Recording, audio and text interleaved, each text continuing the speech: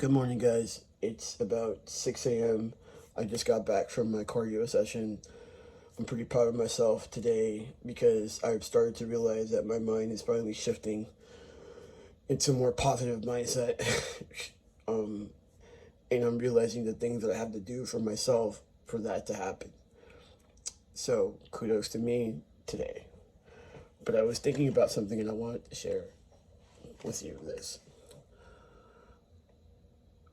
And it's gonna sound a little weird, okay? Because it's possibly something of what you've heard, maybe the opposite of what you heard. Sometimes you have to disconnect yourself from people that you love, from people, period, because they're going to distract you or keep you from your goals. When I tell people the things that I do to get to where I'm at, they're like, what? It's like, wait, you wake up at what time? 4. Between 4 and 4:30. To do what? To go do my cardio. That's why I do that. Really, Tom? That's extreme. Okay, if you say so. You work out how many times a day? Twice. Cardio and then weight training.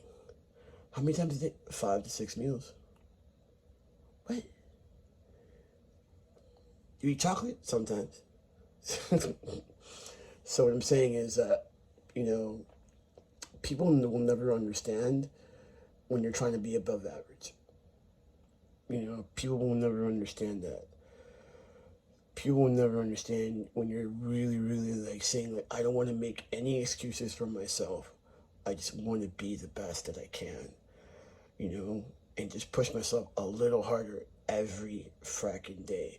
Do I take rest? Yes. Do I particularly falter? Yes. I would say out of 100 days, sometimes I miss a workout in the morning because I need to sleep. Because I didn't have a great night's rest, and I've done that. Like I've only gotten 2 or 3 hours of sleep. Stay in bed, sleep, do your cardio a little later, you know.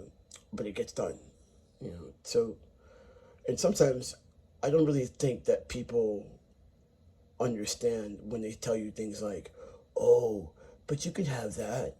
You work out all the time. You could have that. And to me, and in my personal, uh, no, I can't. No, I can't. Do you understand that? Like as a trainer, me, people are. It's a competitive like market. I gotta deal with guys like Athlete X, right? Who's like super shredded year round. All right, the guy doesn't have any body fat. On top of that, he's super articulate and very, very knowledgeable. You know, so you gotta deal with dudes like that. That's my competition, and people like, oh, it's you against you.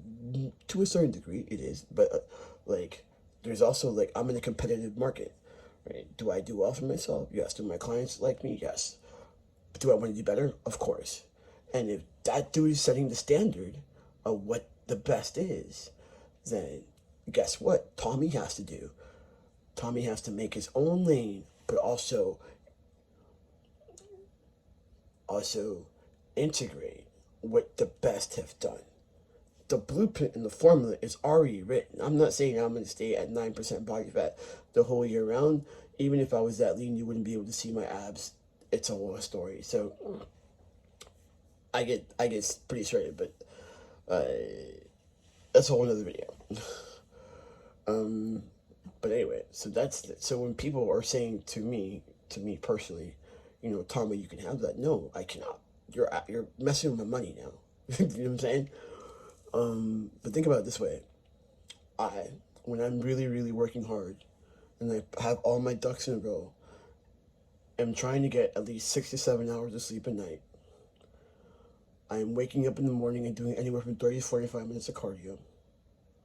I'm coming back in the afternoon when I have some time and resistance training, like, doing my bodybuilding stuff, my strength training. I am eating 5 to 6 meals a day, you know, and I'm still working, still doing my certifications, still seeing clients, still doing this, still doing that. and then you tell me with a straight face that that piece of cake or whatever the F you're trying to feed me is worth that. Usually 9 out of 10 times it is not. So I don't think you understand. I am not going to throw away my hard work over a meal that I can get any time of the day, any time of the year. If I decide that I am going to eat something that's not on my meal plan and it's not my cheat day or my whatever cheat meal, it has to be 100% worth it. And usually 9 out of 10 times it is not worth it. So what ends up happening is that people end up alienating me. Or I alienate myself, whatever way you want to look at it. You know, because usually what happens is I'll like start hanging out by myself because I really want to get to my goal. I'm that focused. You know, I'm that focused. I'm that like, this is what I need to do. And I make no apologies for it too. I come out of the woodworks eventually. But I make no apologies. Why am I going to make an apology? Because you're going to be mad because I decided that I need to get to this goal? Because I know that if at the end of the game, it's going to make my life better, because I'm going to perform better, because I'm going to have better cognitive skills, because people as clients look at me and be like, oh, this dude knows what he's talking about. You know, now that's because I work in fitness. Now, if I didn't work in fitness, maybe I wouldn't be so, you know, maybe I could be happy with 12 or 13% body fat and be okay with that, but I'm not. I'm just never not, you know, and it has nothing to do with being a jerk or whatever. It's just, I personally believe, and you can apply this to any goal. When you have a goal in mind and it is above average, average people will try to bring you down to their level, and it's not because they're mean. It is not because they're, you know, ill-minded. It is just because they are not seeing your vision.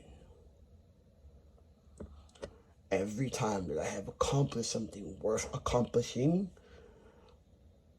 I've had to be quiet about it because people will always say, how are you going to do that? And that has been happening since I have been 6 years old. It's not like it's this new thing. It's when I was 6. I remember I started saying I want to play drums. And then it was like, well, no, you can't play drums for XYZ reason. You know, and I did. And then for a while I was a professional drummer and I was really good at it. And I lost interest. I still play, but just not the same way. So anyway, don't be afraid to go in the dungeon. All right? Don't be afraid to get super hyper focused on your goals. Don't be afraid, because the last thing you want to do is live in the pool of regret of I didn't try. Have a great day.